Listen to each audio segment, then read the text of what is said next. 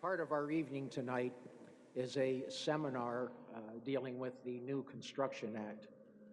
But before we get into that, I would just like to say that we are delighted to have you here and share in the Goldman Sloan Construction Law Group social evening. Thank you for coming, and thanks to many of you who have traveled relatively long distances to attend, which serves to humbly remind us that you, our guests, are the reason why we are able to share an evening of collegiality, camaraderie, and some humor. Please note that the seminar we are having tonight is being recorded, so there is no need, if you were so inclined, to take notes, since the pearls of wisdom that you will hear will be available on our YouTube channel. So just dial in to our website, and you will see how to get what the folks have to say. I would also like you to note that if we have time for any questions, hold them until the end of our seminar. But if we do not have time to answer your questions, feel free to approach any one of us in the group during the course of the evening to have your questions answered, if they can be answered, because sometimes there are no answers to the questions you may have because we don't have those answers. We're just not sure yet what the final version of the Act will be. The topic for this evening is the new Construction Act and what it means to all of you, our clients.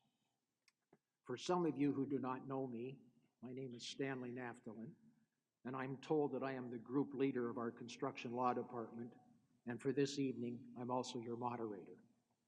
Our panel consists of four of our group in the Goldman Sloan family, and all of our members of our construction law group have a bundle of knowledge, a wealth of knowledge with respect to the new legislation. Our panel this evening is Paul Hancock, who just raised his hand. You can leave the room, Paul, if that's what you want to do. Who he's going to speak to you about the lien issues, holdbacks, trusts, and leasehold interests. Catherine Wilson, she will speak to you about prompt payment, which is a deferred legislation that will be coming in. And Christine Kellowan, who will speak to you about dispute in-term adjudication, also a delayed matter in the new Act. And our wrap-up speaker will be Len Feingold, who will discuss some of the notable amendments to the Act. Also part of our group, who are not on the podium this evening, is Erwin Ozier, one of the partners, Stephanie Lima, Olga Morozova, who is the newest member of our group, and our articling student, Grace Brooks. These are all part of our construction group.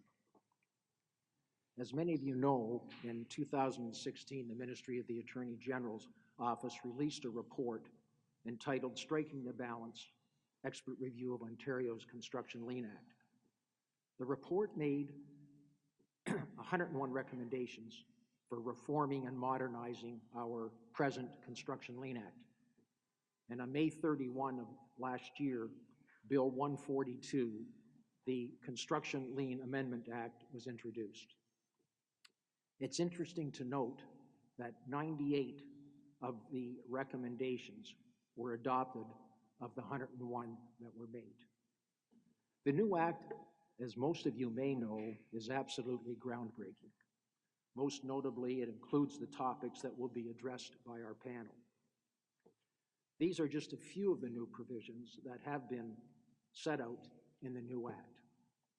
I would now like to call upon Paul, who will start off the evening with respect to the substantive part of the program. Paul? Thanks, Stan. So I'm going to speak about just two items. I know Stan said four, but given the time, we had to cut it down a bit. I'm going to talk about liens and the holdback provisions. Now, as most of you already know, a construction lien is a statutory right which permits someone that supplies labor and material to a project to have a lien or charge against an owner's interest in the premise. Now, if the new act applies, and this is going to be key because there is a transition period, meaning the procurement process, i.e. tenders, was commenced after July 1st, 2018. Contract between an owner or contractors entered into after 2018, or a lease, if it is a leasehold interest, is entered into after July 1st, 2018. The deadline for contractors and other parties that supply material and labor to a project to register a lien is going to be extended from 45 days to 60 days. And the timing of that is still going to be the same. If you're a contractor, it's going to depend on the completion, abandonment, or termination of the contract, or if you're a supplier or a sub-trade, the last day of supply. Similarly, if the new act applies, the deadline to perfect a lien is also going to be, by commencing an action, is also going to be extended from 45 days to 90 days. Now, in order to encourage parties to use the new adjudication, which Christine is going to go into detail on, they're actually going to allow the extension of holdback or lien rights, where if you file a notice in front of the adjudicator, you're going to get an extra 45 days to register a lien. Now, this is provided that your lien rights have not expired already. So it's not going to revive anything, but if you want to postpone and your lien rights are still valid, you'd be able to make an application to the adjudicator and extend the period of time to register a lien. And finally, which is really interesting, the new act is going to allow liens under $25,000 to be transferred over to small claims court and proceed in small claims court. The key here is, as most of you already know, small liens are too expensive to litigate in Superior Court. So now this should give an avenue for everyone involved in a small lien claim to adjudicate and resolve a matter.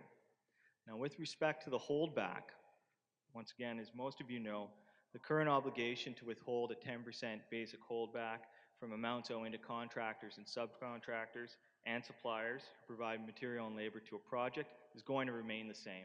Now, most of you also are aware that for suppliers, that's pretty much ignored and people get paid in full, but there's still an obligation there to withhold a 10% holdback, and that's going to continue. However, the new act is, the main change is it's going to provide that new mandatory payment of the holdback. Currently, the Construction Lien Act does not require an owner or a contractor to release the holdback after all liens against, potential liens against title have expired, discharged, or have been satisfied. The problem with this, as most of you can appreciate, is it's left people in a quandary where a lot of trades have registered liens, not knowing if they're going to get the holdback released, or similarly, trades have held off registering liens in the hopes that they're going to get paid, only to find out after their lien rights have expired that the holdback's not coming through. Now, the new act is going to require the owner to pay out the basic and finishing holdback unless a notice of non-payment is delivered setting out the reasons for non-payment, and the issue is referred to adjudication. Catherine's going to go into more detail about prompt payment, but the key here for the holdback is now everyone in the whole entire stream is going to have an idea of where they stand. Either it's going to be paid or it's not going to be paid, and you can plan accordingly. Finally, the new act is going to allow for payment on an annual or phase basis, provided the project's over $20 million, and it's in the contract that an annual or a phase payment is going to come in. This is great news for your beginning contractors, such as demolition, form work, and excavation, who on these massive projects are waiting 6, 7 years to get their holdback paid out. Now there's going to be an opportunity, at least contractually, to allow for those parties to get paid out their holdback at a much earlier time. Their financing costs or their prices should be reduced to get rid of the factor of financing or holding out and waiting 6 years to get paid, and overall it should generally reduce the costs, or hopefully reduce costs, for getting those trades to do work. And that is everything I have to say at the moment. Thank you, Paul. Catherine? All right, so we've been asking for prompt payment in the construction industry for years, and we finally have it. The new prompt payment rules will prescribe automatic deadlines for payment to contractors and subcontractors once the contractor submits a proper invoice to the owner. The delivery of the proper invoice starts the clock running. So an owner is required to pay a contractor within 28 days of receipt of a proper invoice. A contractor who receives full payment under the contractor's proper invoice is then required to pay each subcontractor who supplied under that invoice within 7 calendar days of receiving payment from the owner. A subcontractor who receives full payment under a proper invoice is then required to pay its subs within 7 days from receiving their payment from the contractor, and so on, and so on, and so on. So it's 287777. Any failure to pay the required payment by the party in whole or in part at any level of this pyramid will result in automatic interest charges, either pursuant to the statute or pursuant to the contract from the date the payment is required to be made. Similar payments apply to similar deadlines apply to partial payments. So in the case of a partial payment by the owner, the contractor shall pay a subcontract for those services and materials in the proper invoice and paid by the owner. If an amount is not paid by an owner, say the owner says, I'm going to pay in your proper invoice these 7 subs, but I'm not going to pay this guy, then the contractor is obligated to pay those subs the money and not that guy. If the owner simply says, I'm paying you, 75% of your proper invoice, then you're obligated to pay your subs on a pro rata basis. Okay, so either they do it specifically or they don't. Now, an owner is required to pay the contractor within 21 days unless a notice of non-payment is given by the owner to the contractor within 14 days after receipt of the proper invoice. Okay, a notice of non-payment. A contractor may then give the subcontractor a notice of non-payment no later than 7 days after receipt of the notice of non-payment from the owner. If no notice is given from the owner, then the contractor has to give its notice within 35 days. So to look at this is like a math problem. 28 days owner to contractor, then 7 more days, 35 days. You with me so far? Okay. So I had a spreadsheet, but we don't have the PowerPoint here, we have the cup. A subcontractor may give its subs a notice of non-payment no later than 7 days after the subcontractor receives a notice of non-payment from the contractor. And if no notice is given from the contractor, 42 days. 28 plus 7 plus 7. Okay? Because everything starts with the delivery of the proper invoice, a subcontractor can say to the contractor, when did you deliver that proper invoice? And the contractor must tell the subcontractor when it was delivered ASAP. So if the owner doesn't pay the amount set out in the proper invoice, the contractor has 2 choices.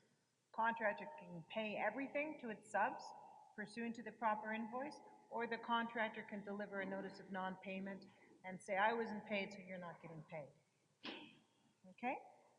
So the concept of the proper invoice is key to this regime. By default, if the contract is silent between the owner and the contractor, proper invoices are presumed to be due on a monthly basis. But you can agree in the contract to have proper invoices due on certain milestone dates or as certain conditions are met. One thing you should know is that the parties cannot make payment certification or the owner's prior approval a condition precedent to the submission of a proper invoice. Okay? What must a proper invoice have in it? The same things basically that you've got on your invoices today. The contractor's name and address, the date, the period during which materials and services were supplied, information identifying the authority, usually the contract under which materials and services are supplied, a description of materials and services, the amount payable, contract information for the person to whom payment is to be sent, and any other information that you consider important or is in your contract. Now, with respect to the notices of non-payment, what do they look like? We don't know yet. It's going to be in the regulation, and it'll come out shortly. But one thing you do need to know is that the notice of non-payment will refer the matter to adjudication, which is over to Christine. One other thing, it is hoped that these measures will revolutionize the payment process in construction. The provinces across Canada are watching, and if it works here, and we think it will work, we believe it will be adopted across Canada. If I can just interject for a moment, it seems like the feds have caught on to the legislation that we are dealing with in Ontario, and I anticipate soon that we will hear that the feds are going to have their own prompt payment legislation, and it may very well be based on our Ontario Construction Act prompt payment. It's in the works, we're told. How far along, I don't know. Christine? Hi, good evening. So tonight I'm going to be speaking about interim dispute adjudication. And this is an entirely new aspect that we haven't seen before, so please do listen up. So what this is, it's a default scheme which is intended to provide for real-time conflict resolution in order to avoid projects being shut down. So this new scheme is going to come into force October 1st, 2019. And before that happens, the government will have to pass regulations. Right now, we just have some draft regulations that have been proposed. So first, I'm going to start off with some background on the interim dispute adjudication. So your adjudication procedure will be whatever is set out in your contract, as long as it complies with the Act. So right now, the general observation is there's not a lot of detail in the Act, and my comment would be is that the devil is in the details. If your contract procedure is not compliant with the Act, then or it doesn't exist, it'll be the default scheme in the Act that will apply under those circumstances. Now, one key thing to note is that you can't actually opt out of adjudication. So no funny business with your contracts. And what's great about adjudication is that it's going to work alongside your lien provisions of the Act. So that means you can continue to lien while still participating in the adjudication process. Now, what's going to happen is that the government is going to be establishing a registry of adjudicators, and this registry is going to be established by something called the Authorized Nominating Authority. Okay? So what I'm next going to talk to you about your availability to adjudication under the new Act. So right now they've set out a list of enumerated items that you can adjudicate, but if you agree in your contract that you want to adjudicate certain matters or the parties agree to it, you can also have additional matters. So right now, the available items that can be adjudicated include the valuation of services and materials. You can adjudicate payment disputes, issues that involved a notice of non-payment, which Catherine discussed just now, the payment or non-payment of holdback, and you can also have the issue of a change order be the subject of adjudication. So in terms of the process, right now the process is estimated to be 46 days that it'll run from the beginning, the beginning of the process starts by someone delivering the notice that they want to adjudicate. And what will happen is that the person proposed to be the adjudicator will have to agree, and if they don't agree to act, then this authorized nominating authority will come into play and assist with the appointment of an adjudicator. There will be an exchange of materials, which I'm sure if you've been involved in litigation, you're well familiar with, which will include relevant contract documents. Um, and what will happen is that the adjudicator in this new scheme will be required to provide a decision within 30 days of receiving that documentation. So the bottom line here is, you're getting what you want, which is, interim dispute resolution that's hopefully quick. Now, in terms of the powers of this adjudicator, I don't want to go too much in depth, but the bottom line is that these adjudicators are going to have some broad powers. So, for example, if they want to come on site and do an inspection, they can do that. And they can also request any documents that they think is relevant. Finally, so what's the outcome of adjudication? So this adjudication is going to be binding on an interim basis. Once a decision is made as to payment, payment has to be made within 10 days. And interest is mandatory, you can't waive it. And finally, you're able to suspend work if you're not getting paid pursuant to the adjudicator's order. That being said, you cannot suspend work while adjudication is underway. Thank you. Thank you, Christine. Lenny? Thank you, Stan. So I'm going to talk about trust obligations, and I can see around the room that most of you are contractors, subcontractors, and consultants. And so the area that I'm going to be talking about that will either protect your personal possessions in your life as officers and directors and key people and personnel and managing of the companies that you run, or you're going to lose your possessions if you don't do it in accordance with the Act. So if you haven't paid attention before, now's a good time if you love your cars, your homes, and your trips. So the new Act imposes new duties and obligations on contractors and subcontractors when you are a trustee. So the first question to ask is, when are you a trustee of trust funds? Essentially, you probably all know this on an everyday basis, but essentially you are a trustee of a trust fund when you are in receipt of funds from your payor, and you have an obligation to pay those trust funds to those below you in the construction pyramid who you must make payment. And the obligation is to make payments to those beneficiaries of the trust funds, or you'll find yourself as a defendant in a breach of trust action. There are two key new elements imposed by the Act with respect to these trust provisions. One is how to operate the trust account, and second, which is dear to many of you, is how to set off those trust funds for claims and damages and debts which you have against your payee, who you have a contract with. When you have problems, you want to hold back those funds and set off against those funds those claims which you have. These are two new key provisions. So how to operate bank trust accounts.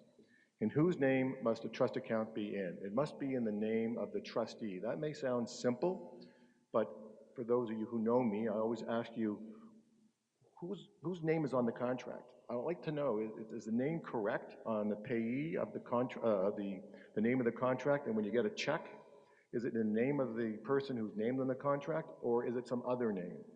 So that becomes even critically relevant on these new provisions, where the trustee bank account must be in the name of the trustee. Simple enough. So the real simple answer would be the name of the party on the contract who's receiving the funds should be the name of the bank account. You're also allowed to have more than one name or one trustee as on the bank account. If you're a partnership or a joint venture, then all the names of the parties who are a partnership and all the names of the joint venture should be and shall be the owner of the trust account. Obviously, that will facilitate lawyers suing the trustees for breach of trust if there's an allegation of a breach of trust. So that makes it simple for the lawyers and also makes it simple to identify how to look at trust accounts. Now, the question is, can you have only one trust bank account if you have more than one project? You do that now. You have a simple account, money comes in, you throw it into a bank account from all different projects, and then when you have a claim come against you, and you say, well, I don't know, all the funds are commingled. I don't know when they came in for this project A or this project B or this project C.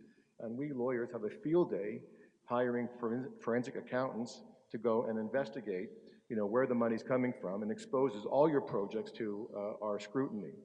So what the Act is now allowing you to do is to have, again, one bank account for monies coming in for all your projects, so they could be commingled.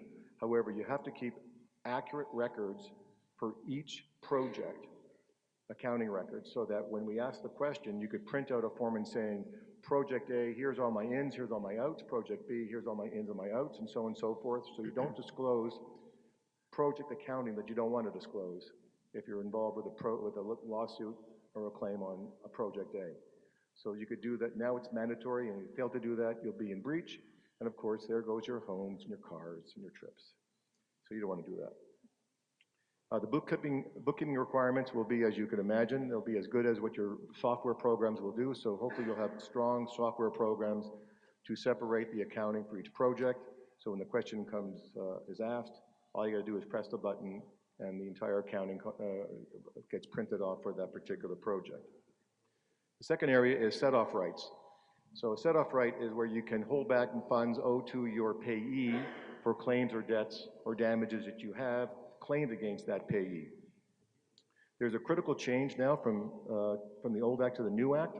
The old Act allowed you to set off from monies owing to your payee claims that you had against your payee for any claims you had, for any debt, for any project or otherwise. So you could really scatter around. If you have a contract if you're a general contract and you have a general contractor and you have a subcontract with a subcontractor on 4 projects, and you have a big delay claim against them on one project for $100,000, and you want to set it off, if you owe that subcontractor money on the other projects, you were formerly allowed to scoop those funds from the other projects. You are no longer allowed to do that once this Act becomes in force. You could only set off monies owing to a payee for the funds that are owed to that payee on that particular project where the funds are generated. So you're limited in that regard.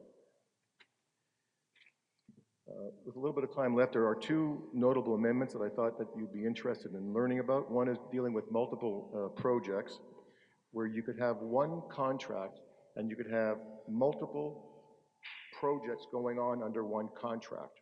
That's always been a problem with respect to the completion of the project and determination of substantial performance and when holdback could get released, because the way it runs now is that if you have one contract with multiple phases, multiple projects, the holdback doesn't get released until the last phase, last project that gets done and substantial is certified and published in 45 days, which could be years later. So what the Act now allows is you could have one contract with separate projects, provided that the projects are on lands that are not contiguous. So as long as those lands are separated geographically, you could have one contract for multiple projects, and as long as the contract that you have identifies that the projects can be separated into individual contracts, then you're allowed to do that, and then each project contract can have its own determination for substantial completion and release of holdback. So that's very new under the new Act. The last item, dealing with bonding requirements on public sector projects.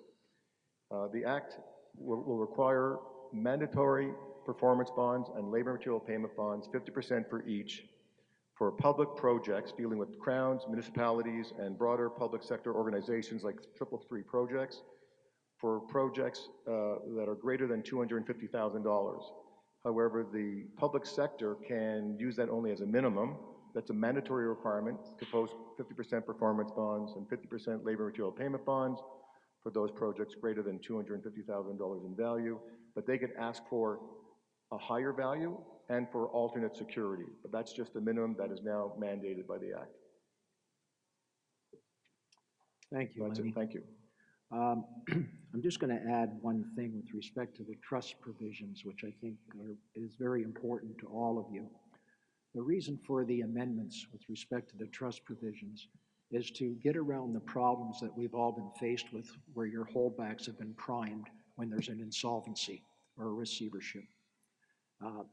Now, because there's certainty as to the source of the funds and how much is available, it gets around it falls in place with what we call the common law trusts, so that for those of you, if you remember that, if you were involved in the Comstock situation, which our firm had a heavy involvement in, or the A1 asphalt situation where holdbacks seemed to disappear because you had the commercial court ruled that the receiver had the ability to keep those funds and deal with them other than to pay out the lien claimants. So the trust provisions have a very special meaning to many of you that are in the audience tonight. Let me just add that some technical and translation changes to the bill came into force immediately. But most of the substantive changes will be proclaimed and come into force in 2 stages. Many of the substantive changes and regulations and forms will be proclaimed and come into force on July 1 of this year. Prompt payment and adjudication provisions, regulations and forms surrounding those will be proclaimed and come into force on October 1, 2019. For those of you involved in existing contracts and a bidding process before July 1st date, the Act grandfathers those particular items, and you will not be caught up by the new Act that comes into force on July 1. Also, with respect to leasehold interests, if the lease was entered into before the date of proclamation, then the new provisions dealing with leasehold interests will not come into play. And there has been some major changes with respect to contractors and subcontractors dealing with leasehold interest and enforcement of their rights. I just want to add that we find ourselves in a profession that is constantly evolving. When I say a profession, I'm talking about your business and our business. We have changes in attitude, we have changes in lifestyles, and certainly we now have many advances in the construction industry. And these are just some of the things that might prompt the need to create completely new law, which is what in essence we are going to have, or making a change to the existing laws, and that's certainly what we're having. This statement was the genesis that led to the drafting and creation of the new Construction Act. There is no doubt that it will take some time to get used to the new legislation. There will be uncertainty with respect to some of the new terms, which may require interpretation by masters and judges. The changes made will be a learning experience for all of us, and I mean you and ourselves. For those of us who practice in the field of construction and construction law, we will be analyzing carefully those changes and all of the nuances contained in those changes. This is going to take time, and it's going to take patience. With respect to the new Act, I'm suggesting that we not be afraid of what could go wrong and start being positive about what is going to go right. This new Act was a long time coming, and as one of the old-timers, and believe me, I am one of the old-timers in this business in the construction law field, I'm of the view that it will be beneficial for all of us in the industry.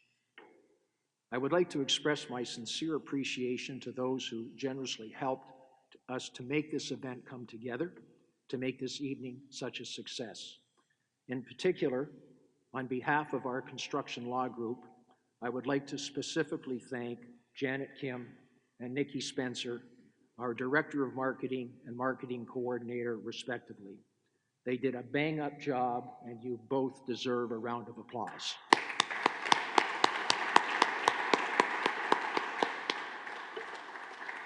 Since this evening was meant to be somewhat informative, and I trust it has been, but it's also meant to be an evening where you can meet new people.